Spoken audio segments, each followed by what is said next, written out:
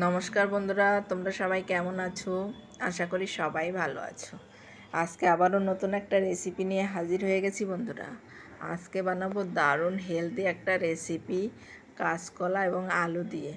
তোমরা পুরো ভিডিওটা দেখো। আমি এই রেসিপিটি বানানোর জন্য কড়াইতে জল বসিয়ে দিয়েছি। জলটা গরম হয়ে গেলে পরে কেটে ধুয়ে রাখা আলু এবং কাঁচকলা দিয়ে দেবো।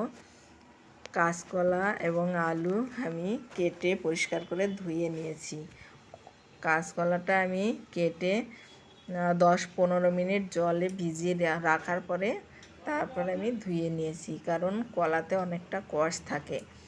এই আবার জল গরম হয়ে গেছে, এবার আলুগুলো আমি দিয়ে দিলাম।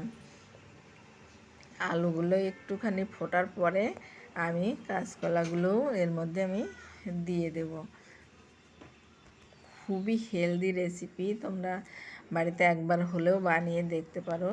আর খেতেও কিন্তু ভালো লাগে, খেতেও খুব ভালো হয়। এবার এই কাঁচকলাগুলোও দিয়ে দেব।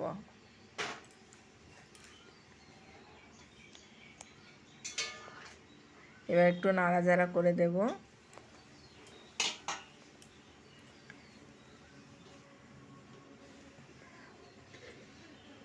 বন্ধুরা, তোমরা কিভাবে কাঁচকলা রান্না করো? আমি তো অনেকভাবেই রান্না করি, মাছ দিয়ে রান্না করি, নিরামিষ রান্না করি। দিয়ে দিলাম নুন স্বাদ মতো, দিয়ে দিলাম কাঁচা লঙ্কা এবং দিয়ে দিলাম একটু হলুদের গুঁড়ো। এবার একটু নেড়েচেড়ে মিশিয়ে নিলাম।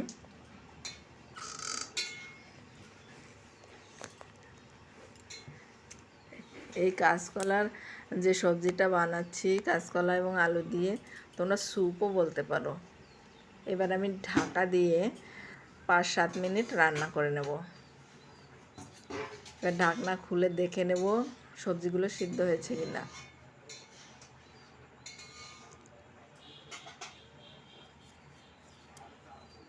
দেখেছো কত সুন্দর রং হয়েছে।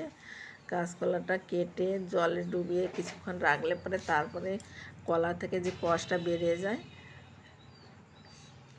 সবজিটা সেদ্ধ হয়ে গেছে, এবার আমি ফোড়ন দিয়ে নেব। তার জন্য আমি নামিয়ে নিলাম, কড়াই বসিয়ে দিলাম। কড়াই গরম হয়ে গেলে তেল দিয়ে দেব। দিয়ে দিলাম একটা শুকনো লঙ্কা ফোড়ন এবং জিরে ফোড়ন, গোটা জিরে। এবার আমি এখানে কেটে রেখেছি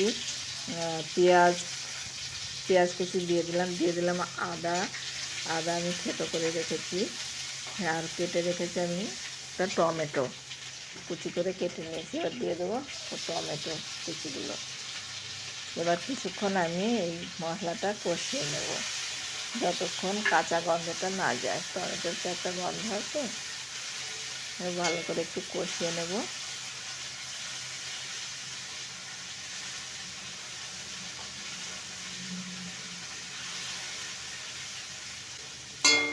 কষানো হয়ে গেছে, এবার আমি যে সবজিটা দিয়ে দেবো ফোড়নে।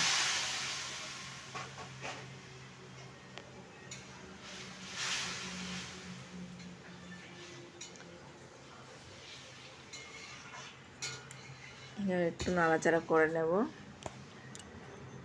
আরও কিছুক্ষণ জাল দিয়ে নেব, রান্না করে নেব।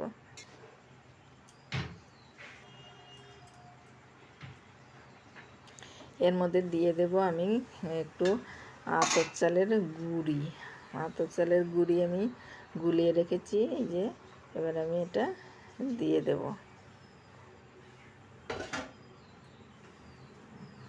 এবার আমি দিয়ে দেব একটু ভাজা মশলা। আমি এখানে জিরে গুঁড়ো আর ধনের গুঁড়ো দিয়ে দিলাম।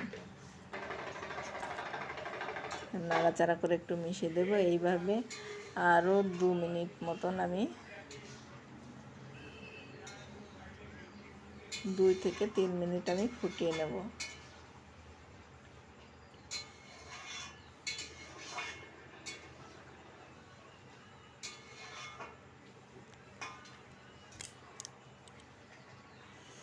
এবার আমি একটু টেস্ট করে নেব নুনটা ঠিক হয়েছে কিনা। নুনটা একটু লাগবে, নুনটা দিয়ে দিলাম। তোমরা মিষ্টিও দিতে পারো যারা মিষ্টি খাও। আমি কাঁচকলার তরকারিতে মিষ্টি আমি পছন্দ করি না, তাই কাঁচকলাতে মিষ্টি না দিলে আমার বেশি ভালো লাগে, তাই আমি মিষ্টিটা দেব না।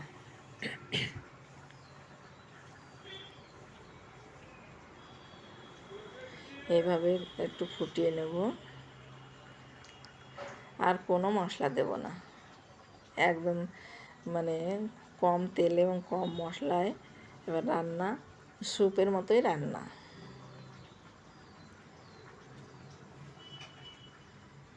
দেখা হবে পরবর্তী রেসিপিতে, ততক্ষণ তোমরা ভালো থেকো। এবার আমি সবজিটা নামিয়ে নিলাম।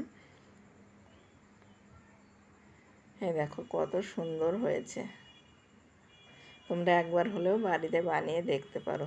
থ্যাংক ইউ, সবাই ভালো থেকো।